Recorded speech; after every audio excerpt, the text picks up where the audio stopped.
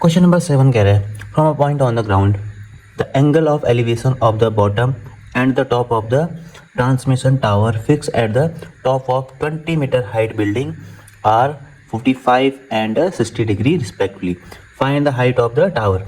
Question क्या कह रहे हैं, देखो एक टावर है जो कहाँ किसके ऊपर है, बिल्डिंग के ऊपर है, और हमको बिल्डिंग की हाइट पता है। बिल्डिंग कितनी है, 20 मीटर टॉल है, 20 मीटर ऊंची है, ठीक है। इसके ऊपर क्या है, कोई ट्रांसमिशन टावर है, देखे होंगे ना घर के ऊपर टावर लगे हुए, तो वही चीज़ यहाँ भी है। अब किसी एक पॉइंट से ग्राउंड, मतलब ये टावर और दोनों चीज़ें ग्राउंड पे तो होंगी, यहाँ से बनने वाला एंगल ट्रांसमिशन टावर के टॉप पे और इसी पॉइंट से ट्रांसमिशन टावर के बॉटम पे बनने वाला एंगल कितना है।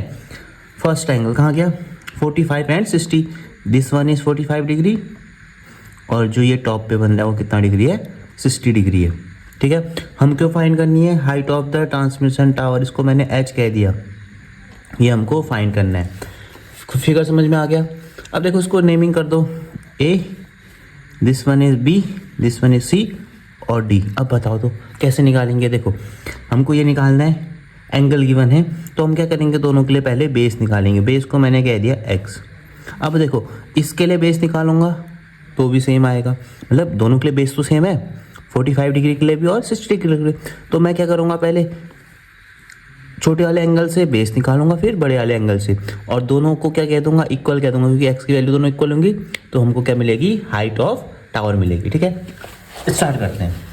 पहले छोटे वाले ट्रायंगल में राइट ट्रायंगल बन रहा होगा, तो इन ट्रायंगल कौन सा, B C D, B C D.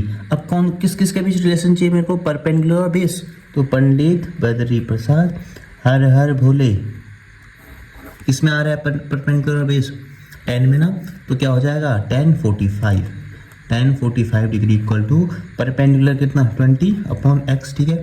अब tan 45 की वैल्यू आगे नीचे कितनी है, 1 होती है ना, equal to 20 upon X, cross multiply करो तो कितना होगा, x इक्वल टू 20, इतना, ठीक है। x की वैल्यू कितनी मिल गई मेरे को, 20 मिल गई। अब क्या निकालूंगा मैं, इस बड़े ट्रायंगल के लिए x निकालूंगा।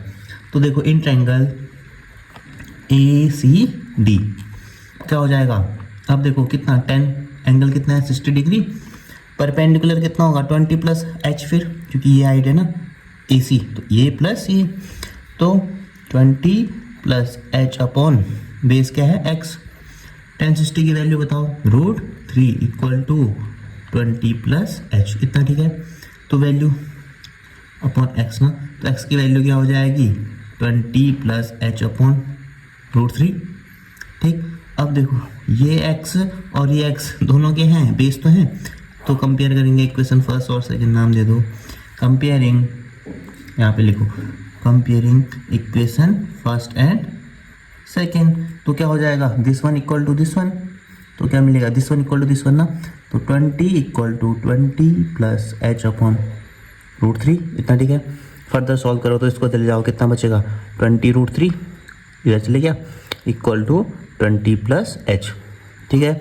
अब एच को सेपरेट करो, एच इक्वल टू कितना होगा, इधर आएगा तो 20 √3, 20 इधर आया माइनस 20, एच इक्वल टू दोनों में कॉमन क्या है 20, तो 20 कॉमन लिया, √3 माइनस 1, ये हमको क्या मिल गई।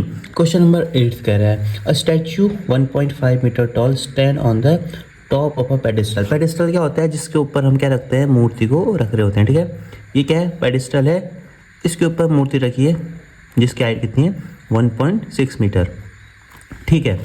From a point on the ground the angle of elevation of the statue is 60 metre and the same point the angle of elevation of the top of the pedestal is 45 degree. Find the height of the pedestal.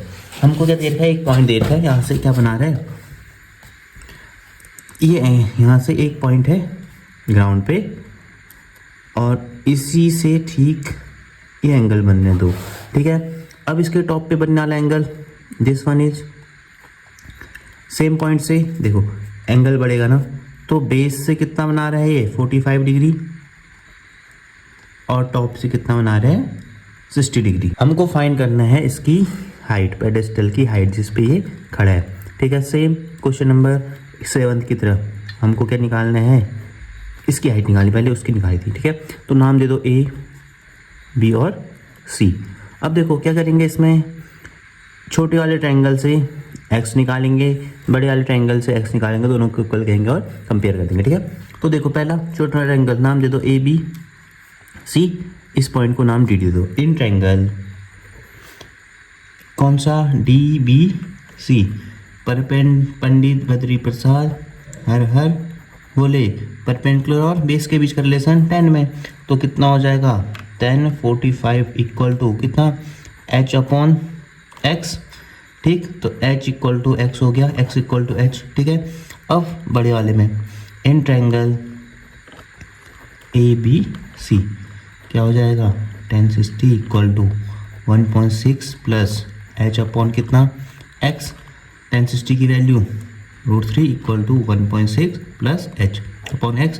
तो यहाँ से x कितना हो जाएगा, इधर लाओगे तो x √3 equal to 1.6 plus h, तो x की वैल्यू आ गई हमारी 1.6 प्लस h अपॉन √3। ठीक है, ये होगी x की सेकेंड वैल्यू, एक ये इक्वल टू ये। अब देखो रख दो फिर वैल्यू, ये x इसके इक्वल है, ये x दोनों आपस में इक्वल होंगे, तो क्या हो जाएगा h equal to 1.6 plus h upon √3 का मल्टीप्लाई करो cross, √3h equal to 1.6 plus h को इधर लाओगे क्या बचेगा √3h minus h equal to 1.6। ठीक है, यहाँ पे कॉमन लो तो √3, h कॉमन ले लो, h इक्वल टू क्या बचेगा √3 माइनस 1 इक्वल टू 1.6। फिर h इक्वल टू ये डिवाइड में चले जाएगा 1.6 अपॉन √3 माइनस 1।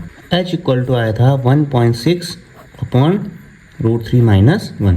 ठीक है, अब हमको नीचे रूट वाली वैल्यू पसंद नहीं है, तो हम क्या करेंगे इसको रेशनलाइज, तो 1.6 3 माइनस 1 साइन चेंज करके ऊपर नीचे मल्टीप्लाई, तो क्या होगा √3 प्लस 1 और √3 प्लस 1 से मल्टीप्लाई कर दिया, तो h इक्वल टू क्या मिलेगा 1.6 मल्टीप्लाई होके √3 प्लस 1 अपॉन a plus B, a minus B क्या होता है a स्क्वायर, 3 का स्क्वायर माइनस 1 का स्क्वायर, तो h इक्वल टू कितना होगा 1.6 √3 प्लस 1 अपॉन 3, √3 का स्क्वायर 3 माइनस 1, 3 माइनस 1 2, तो कितना होगा 1.6 √3 प्लस 1 अपॉन 2, 2 से 1.6 कट जाएगा कितने टाइम्स 0.8 टाइम √3 प्लस 1। तो ये किसकी वैल्यू आ गई, हाइट ऑफ पेडिस्टल।